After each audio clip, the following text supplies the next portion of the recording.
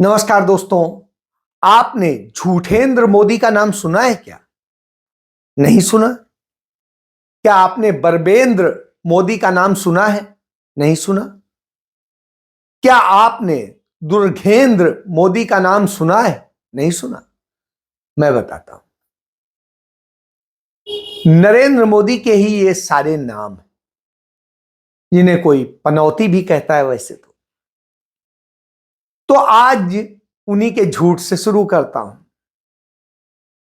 भारत मंडपम एक बना है जिसके कमीशन की खबरें आपको सबको पता होंगी, कैसे टपकने लगा था, चूने लगा था, क्या क्या हुआ था जब G20 हो रहा था। याद करिए, याद आया ना? उसी भारत मंडपम में नरेंद्र मोदी ने ग्रामीण भारत के विकास को लेकर के तमाम व्याख्यान दिया।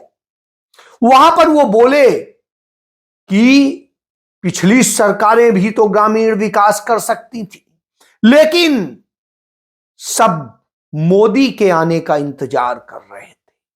जो आज जब मैं इन सफलताओं को देखता हूं तो ये भी सोचता हूं कि ये सारे काम पहले की सरकारों के समय भी तो हो सकते थे। मोदी का इंतजार करना पड़ा क्या? यानी ग्रामीण विकास सारा जो हुआ है वो नरेंद्र मोदी के शासनकाल में हुआ। नरेंद्र मोदी ने तमाम सारे झूठे सच्चे आंकड़े गिना डाले। आंकड़े गिनाने में आप माहिर हैं, हमने आपको पहले बताया। जैसे उन्होंने कहा था 4 करोड़ घर दे दिए, और याद करिए संसद के अंदर आपको याद होगा उनकी मंत्री बोली थी 2 करोड़ दे दिए, उन्होंने 10 दिन बाद बोला कि 5 करोड़ दे दिए। तो इस तरह से संख्याएं इनकी बदलती रहती हैं। असली संख्या हम लोग आपको बताते रहते हैं, कोई आपको फर्क पड़े ना पड़े हमें कोई फर्क नहीं पड़ता। तो उसी तरीके से नरेंद्र मोदी तमाम आंकड़े गिना रहे थे।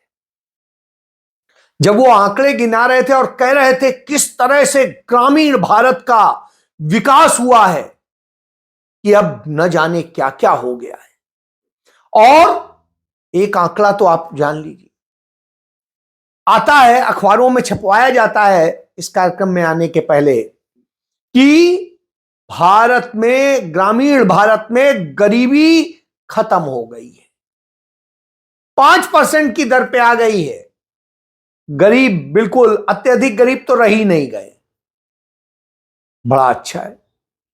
इसी तरीके से तमाम आंकड़े जब वो बताते हैं, विकास के तमाम बताते हैं, प्रधानमंत्री सड़क योजना जो पूर्ववर्ती सरकारों ने शुरू की थी उसी के बखान बताते हैं। बहरहाल पहले तो बता दूं कि ग्रामीण विकास के लिए ग्रामीण विकास मंत्रालय कांग्रेस ने बनाया था। पंचायती राज कानून कांग्रेस लेके आई थी। कांग्रेस ही लेके आई थी प्रधानमंत्री ग्रामीण सड़क योजना, और कांग्रेस ही लेके आई थी प्रधानमंत्री आवास योजना। और इसी तरीके से कांग्रेस तमाम सारे लेके आई थी। कोई इंदिरा गांधी के नाम पे था, कोई बिजली के कनेक्शन को लेकर के राजीव गांधी के नाम पर था, तो कोई किसी और शहीद प्रधानमंत्री या देश के निर्माताओं के नाम पर था। तो इस तरह से तमाम सारी योजनाएं लेके आए और उन पर काम हो रहा था। नाम की योजनाओं के नाम कई के बदल गए, कई के बदलने बाकी हैं। सब कुछ चल रहा है, लगातार चल रहा है। जब यह चल रहा है तब आएगा कि फिर नरेंद्र मोदी ने क्या किया। नरेंद्र मोदी ने झूठ बोला है। जब वो कह रहे हैं सक्षम हो रहा है ग्रामीण भारत, समृद्ध हो रहा है, तब उसी भारत सरकार के आंकड़े आते हैं और उन आंकड़ों में बताया जाता है कि ग्रामीण भारत सबसे ज्यादा कंगाल हो रहा है, कर्जदार हो रहा है। कैसे? तो यह भी जान लीजिए।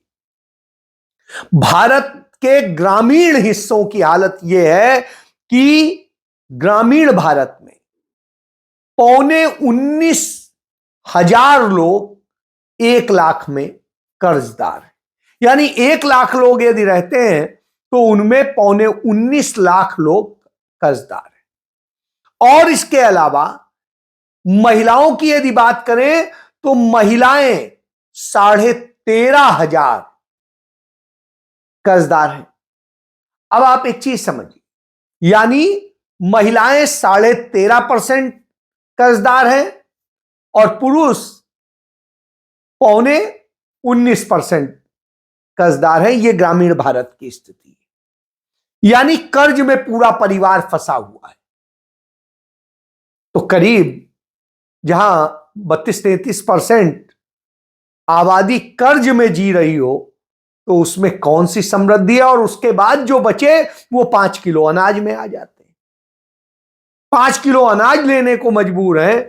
तो यह बताता है कि भारत की कितनी बुरी स्थिति है और ग्रामीण भारत की कितनी बुरी स्थिति। ग्रामीण भारत में रोजगार है ही नहीं और इसकी स्थिति इतनी बद से बदतर हो गई है क्योंकि जो मनरेगा मनमोहन सिंह लेके आए थे ग्रामीण के लिए, वो मनरेगा मृत प्राय हो गया है। उसमें अब रोजगार मिल ही नहीं पा रहा है। लोगों को 25 दिन का एक साल में रोजगार नहीं मिल पा रहा है। 365 दिन में 25 दिन का नहीं मिल पाएगा, सोचिए। और उसमें भी मेहनताना पूरा नहीं मिल रहा। तो यह हालत है। आप बात कर लेते हैं और विकास के नाम पर जो झूठ का पुलिंदा है उसमें बता दें, कांग्रेस की सरकार के दौरान पोखर विकास की योजना आई थी कि कैसे पोखरों को सही किया जाए जिससे पानी और सब चीज की समस्या से हो। उसके अलावा हैंडपंप योजना कांग्रेस लेके आई थी और इंडिया मार्ट 2 हैंडपंप लगा करते थे। यदि आपको याद हो तो नहरें बनाने और बिछाने का काम कांग्रेस ने ही किया था, किसी और ने नहीं किया था। फिर पंचायत घर बनाने का काम कांग्रेस ने किया था। ग्रामीण भारत में स्कूल बनाने के काम कांग्रेस ने ही किए थे। तो फिर नरेंद्र मोदी ने क्या किया है? नरेंद्र मोदी ने उसमें कमीशन खाया है। जी हां, उन्होंने आउटसोर्स पर सारे काम दे करके कमीशन खाने का काम किया है। ग्रामीण विकास में यह हुआ है। मिड डे मील जो कांग्रेस ने दिया था, जिससे ग्रामीणों के बच्चे किस तरीके से स्कूल जो जाने से वंचित रह जाते हैं वो जाएं और वहां पर खाना भी खाएं और पढ़ाई करें, उसको खत्म करने का काम किया है। यह नरेंद्र मोदी ने किया है। छात्रवृत्ति खाने का काम किया गया है और स्कूलों की बिल्डिंग की मरम्मत के नाम पर भ्रष्टाचार का काम हुआ है। तो यह हुआ है। आज यह हालत हो गई है देश के अंदर कि इस देश में के 75% लोग अपने बच्चों को पढ़ाने के लिए पर्सनल लोन ले रहे हैं या संपत्ति गिरवी रख रहे हैं या अपने गहने गिरवी रख रहे हैं। जी हां, ये रख के कर्ज ले रहे हैं क्योंकि एजुकेशन लोन 25% भी नहीं मिल पा रहा है। एजुकेशन लोन की यह स्थिति है कि पर्याप्त मिल नहीं पाता है और लोग इस तरह के लोन के भरोसे रह जाते हैं। और जब लोन उठा करके बच्चा पढ़ता है, भारी भारी लोन के बूते पढ़ता है, तो निश्चित रूप से उसकी प्राथमिकता एकमात्र होती है, कैसे हम पढ़ के निकलें तो कहां ज्यादा से ज्यादा हम पैसा अर्न कर लें। गलत सही बाद में सोचेंगे, पहले घर को कर्ज से बचाएं, डूबने से बचाएं। यह दशा है। तो इस दशा में भारत को ढकेल दिया है और झूठ का जैसे पुलंदा है। दिल्ली में चाबी सौंप रहे थे, चाबी, सिर्फ चाबी, तो कि झुग्गी वालों को 1675 लोगों को हमने चाबी दे दी फ्लैट की। साहब जब वो फ्लैट के लिए पूछ रहे थे तो अफसर कह रहे थे नहीं अभी काम चल रहा है, जब तैयार हो जाएगा तब मिल जाएगा। पूछा गया 1 महीने में मिल जाएगा? नहीं, 1 महीने में नहीं मिल पाएगा। कहा कब मिलेगा? कहा अभी थोड़ा इंतजार करना पड़ेगा। मतलब समझ लीजिए यह इनका उद्घाटन है और यह चाबी देने का कार्यक्रम है। और 10 साल में कुछ और तो नहीं किया, आके चुनाव के बिल्कुल ऐन वक्त पे घोषणा करी, यहां शिलान्यास कर रहे हैं। काहे का कर रहे हैं कि ये कैंपस बनेंगे, डीयू के कैंपस बनेंगे और एक माफी वीर सावरकर के नाम पे स्कूल बनेगा, कॉलेज बनेगा, सॉरी, तो कॉलेज बनेगा। अब ये सब करके वो चुनाव जीतना चाहते हैं। बहरहाल कोई बात नहीं, उनका काम है झूठ बोलना, तो झूठ बोलते हैं। इसी तरह उन्होंने झूठ सदैव बोला चीन के कब्जे करने को लेके। राहुल गांधी लद्दाख गए थे, वहां पर जाके वहां के लोगों से बात करी थी और उससे सामने आया था कि वहां पर चीन ने हजारों वर्ग किलोमीटर जमीन कब्जा कर ली। ये जो जमीन चाइना ने ली है, ये कितनी जमीन ली है यहाँ पे पैंगोंग में? फिंगर 4 से यहाँ कम से कम मेरे ख्याल से अब 6-7 किलोमीटर वो अंदर आ गए और काफी जमीन ले ली है। काफी जमीन इतने ले लिए सब। मगर प्रधानमंत्री तो कहते हैं जमीन नहीं ली। मुझे दुख की बात है कि प्रधानमंत्री जी कहते हैं कि 1 इंची नहीं गया। हमें पता है कि 1 इंची गया कि कितना गया। यहीं के रहने वाले हैं हम, ये सब कुछ हमसे रहे। तो यहाँ जब प्रधानमंत्री आए थे ना लद्दाख आए थे? नहीं है, यहाँ नहीं है।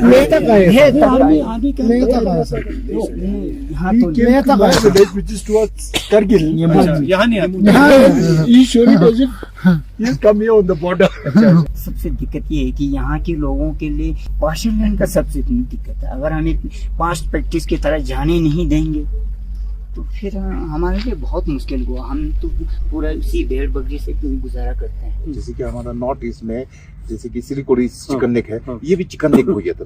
अगर इन्होंने गलवंत थोड़ा सा 1 किलोमीटर के रेंज पे है, अगर ये कर लिया तो हमारा टेक डीबीओ देवतांग all are of from there only. हम रहते हैं यहाँ पे, अगर हम भी मूव ऑन हो गए दिल्ली के लिए, हम भी जा सकते हैं, वहाँ पे घर बना सकते हैं, वहाँ पे रह सकते हैं। तो यहाँ पे बॉर्डर पे रक्षा करने के लिए इवन हमें हेल्प करने चाहिए। यहाँ के लोकल लोगों का लोन सैंक्शन अच्छे से हो, अच्छे से इनको बिल्ड अप करने का मौका दें ताकि ये यहाँ पे बॉर्डर पे रहें। अब उनसे वो सारी सुविधाएं हटा दी जाए तो वो भी मूव ऑन हो जाएगा। राहुल गांधी ने यह मुद्दा संसद तक में उठाया, तब उन्हें गलत ठहराया जा रहा था। रक्षा मंत्री भी गलत ठहरा रहे थे, गृह मंत्री भी गलत ठहरा रहे थे और प्रधानमंत्री तो गलत ठहराते ही हैं। और उनकी जैसे ये बोलते हैं तो सारे अंधभक्त उन्हें गलत ठहराने लगते हैं। लेकिन अब भारत के विदेश मंत्रालय के प्रवक्ता ने स्वीकार कर लिया कि चीन ने हमारे लद्दाख में घुस करके 2 काउंटी बना लिए हैं, यानी 2 कस्बे कह सकते हैं, उन्हें तहसील कह सकते हैं।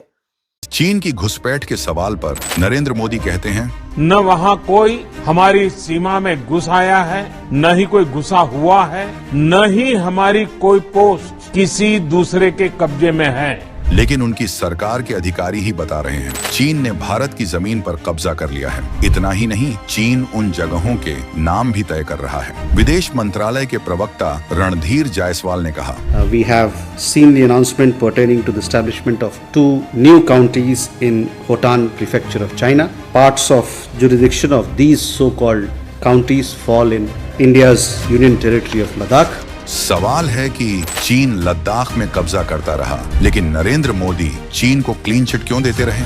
मोदी सरकार के मंत्रालय को इस घुसपैठ की जानकारी है तो इस बात को दबाए क्यों रखा गया? नरेंद्र मोदी ने चीन की घुसपैठ पर न ही कोई घुसा हुआ है कहकर देश को क्यों गुमराह किया? नरेंद्र मोदी चीन को लाल आंख कब दिखाएंगे, कब कहेंगे कि भारत की जमीन पर कब्जा बर्दाश्त नहीं है? तो उस स्तर के 2 बना लिए और 624 गांव देश की सीमाओं पे बसा लिए। 624 गांव। अब आप सोचिए, 1 2 3 नहीं, 624 गांव। इधर ब्रह्मपुत्र पर वो जो पुल बना रहा है, वो बांध बना रहा है, उस बांध के बाद में वो दुनिया का सबसे बड़ा बांध, उसके बाद में तबाही का अधिकार उसके हाथ में आ जाएगा और वो जब चाहेगा तब पानी छोड़ के तबाह कर देगा और जब चाहेगा पानी रोक के हमें सूखे में मार देगा। जो लाइफ लाइन है पूर्वोत्तर की, वो पूर्वोत्तर तबाह हो जाए, यह उसके हाथ में आ जाए। इधर इसी तरीके से वो खेल कर रहा है, तो उसके खेल के बावजूद हमारे देश के प्रधानमंत्री उसे लाल आंख नहीं दिखा पाए जो कहा करते। तो प्रधानमंत्री की हैसियत यह हो गई है कि चीन का चा नहीं बोल सकता। सरेआम भारत की सुरक्षा उधर के साथ खिलवाड़ कर डॉक्टर भीमराव अंबेडकर का अपमान करते हैं उनके गृह मंत्री अमित शाह।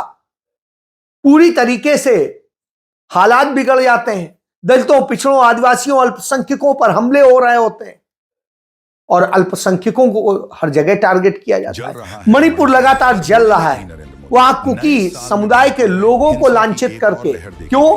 क्योंकि वो ईसाई है। और आज से नहीं है, 1891 से जब ब्रिटिश हुकूमत ने उनको टेक ओवर किया, तब से वो ईसाई है।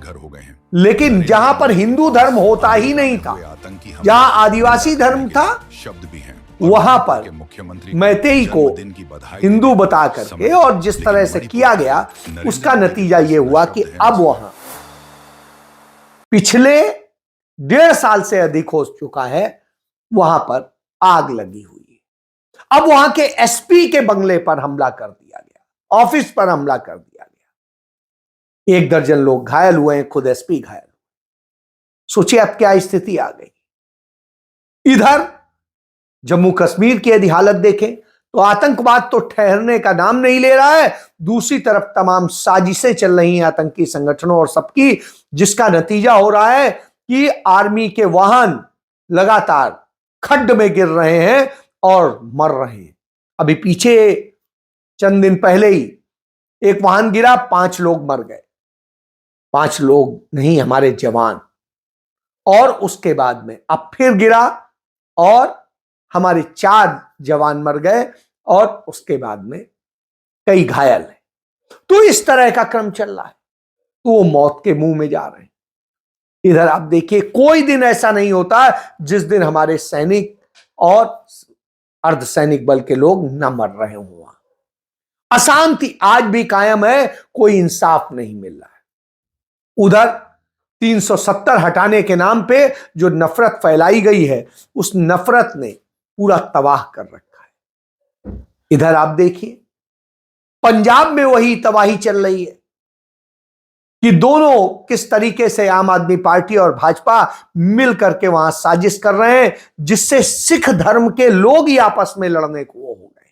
यानी भाई को भाई से लड़ा देने वाली बात जो राहुल गांधी कहते थे, वो सामने देखने को मिल रही है। उनको लड़ाने का काम चल रहा है। उधर हमारे किसान, 700 किसान दिल्ली बॉर्डर पे मरे थे और पंजाब और हरियाणा के बॉर्डर पे हमारे 2 दर्जन से अधिक किसान मर चुके हैं। और जगजीत सिंह डल्लेवाल जो किसान नेता हैं, वो पिछले 40 दिनों से अनशन पर है, बगैर कुछ खाए पिए पड़े हैं। लेकिन प्रधानमंत्री को उनके लिए टाइम नहीं है। प्रधानमंत्री को बाकी तमाम चीजों के लिए टाइम है। गाना सुनने के लिए टाइम है, नाच देखने के लिए टाइम है, दूसरे और ड्रामे करने के लिए टाइम है, चुनाव प्रचार करने के लिए टाइम है, दुनिया घूम आने के लिए टाइम है, लेकिन किसानों के लिए नहीं। और उसके बाद ग्रामीण भारत की बात करते हैं तो यह समझ लीजिए, और डॉक्टर अंबेडकर का अपमान करते हैं जिन्होंने हक दिलाया था। तब कांग्रेस पार्टी उस लड़ाई को आगे बढ़ाती है और बताती है कि कैसे साजिशें रची गई और इन साजिशों का खुलासा करती है। वह बताती है कि किस तरीके से डॉक्टर भीमराव अंबेडकर का ही नहीं, संविधान का और गांधी का, सब का इन्होंने अपमान किया है। गांधी के हत्यारों के असल में यही तो हैं। इसीलिए आप देखिए, गांधी के हत्यारे का मोडस ऑपरेंडी देखिए, गोडसे आता है, गांधी जी के पांव छूता है और गोली मार देता है।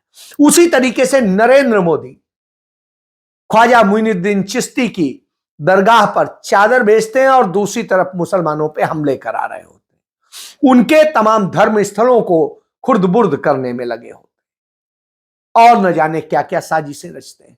उधर रईस मुसलमानों से जाकर के अरब कंट्रीज में गले लगते हैं, उनके लोगों से मिलते हैं, उनकी मल्लिकाओं से मिलते हैं, यहां आकर के उनको कपड़ों से पहचानते हैं, उन्हें मंगलसूत्र लूटने वाला बताते हैं, उन्हें जमीन लूटने वाला बताते हैं, उन्हें भैंस खोल ले जाने वाला बताते हैं। जबकि ये सारे काम खुद नरेंद्र मोदी करते हैं कर्ज के बूते। और उधर दूसरी तरफ आदिवासियों पर हमले करते हैं, आदिवासियों के सारे हक छीनते हैं, उनके ऊपर हमले होते हैं। उड़ीसा में ईसाइयों पर हमले होते हैं और उन्हें मारा जाता है और सब कुछ अल्पसंख्यकों पे हमले होते हैं, और इधर ईसाइयों के बड़े जो हैं, चाहे पादरी हो, चाहे बिशप हो, चाहे दूसरे हो, उनके आके यहां तक कि पोप तक से जाके गले लगते हैं, उनके पांव छूते हैं, तो उनके आगे शरणागत हो जाते हैं। तो यह स्थिति है। इसी तरीके से दलितों के साथ करते हैं। इधर तो आजकल डॉक्टर अंबेडकर का नाम लेने के लिए राहुल गांधी ने मजबूर कर दिया है, संविधान का नाम लेने के लिए मजबूर कर दिया है। नहीं तो दलितों पे सबसे ज्यादा अत्याचार भी नरेंद्र मोदी के ही डबल इंजन की सरकारों में हो रहे हैं, चाहे उत्तर प्रदेश हो, चाहे मध्य प्रदेश हो, या चाहे राजस्थान हो। यह देश का तमाम वो राज्य जहां भाजपा की सरकार है, तो दलितों को मारा जाता है। तब कांग्रेस पार्टी जय बापू, जय भीम, जय संविधान के साथ एक यात्रा शुरू करने का ऐलान करती है और उसका पोस्टर रिलीज करती है। यही तो डर है, इसीलिए राहुल गांधी से डरते हैं। राहुल गांधी जो जो बताते हैं वही सच साबित होता है। उन्होंने मणिपुर का बताया था कि कैसे आरएसएस ने वहां जाके आग लगाई है और वो हुआ। कश्मीर में भी आरएसएस ने ही आग लगाई थी, जिसके कारण वहां से कश्मीरी पंडितों का पलायन हुआ था, और यही आग इन्होंने देश के तमाम हिस्सों में लगाई, और इस आग का ही नतीजा है देश बर्बादी में जा रहा है, कर्ज में जा रहा है। और नरेंद्र मोदी इतने कर्जदार देश के, इस हालत वाले देश के प्रधानमंत्री होके जो बाइडेन को सबसे महंगा, दुनिया में सबसे महंगा उपहार देते हैं, 18 लाख रुपए का हीरे का उनकी पत्नी को भेंट देते हैं। इतना उपहार उन्हें बुरनोई का सुल्तान नहीं देता है जो सोने के महल में रहता है। अब आप सोचिए। और इसके पहले आप याद करिए, डोनाल्ड ट्रंप को जब उपहार दिया था नरेंद्र मोदी ने, तो उन्होंने उसे 50 लाख रुपए का उपहार दिया था, उसकी बेटी को 7 लाख रुपए का उपहार दिया था, और उनके परिवार को कुल मिला के 70 लाख रुपए का उपहार दिया था। और यह सब आपके पैसे से दिया गया है, जो आपसे टैक्स में, जीएसटी में और दूसरी तरह से वसूला जाता है, वो दिया था। यानी आपका पैसा कहां उड़ाया जा रहा है। आपको कहा गया था, वायदा किया गया था 15 लाख रुपए देंगे, 15 लाख आपके खाते में तो आए नहीं। आपके बच्चों को 2 करोड़ हर साल नौकरी देने की बात थी, वो भी नहीं मिली, और बच्चे लाठियां जरूर मिल रही हैं। 2 करोड़ से ज्यादा लाठियां मिल चुकी, पेपर लीक हो गए, न्याय के लिए भटक रहे हैं, लेकिन वो नहीं मिले। तो यह हालत है, यह नरेंद्र मोदी ने बनाया है। इसलिए वो जुमलेंद्र मोदी भी हैं, झुठलेंद्र मोदी भी हैं, और पनौती। जय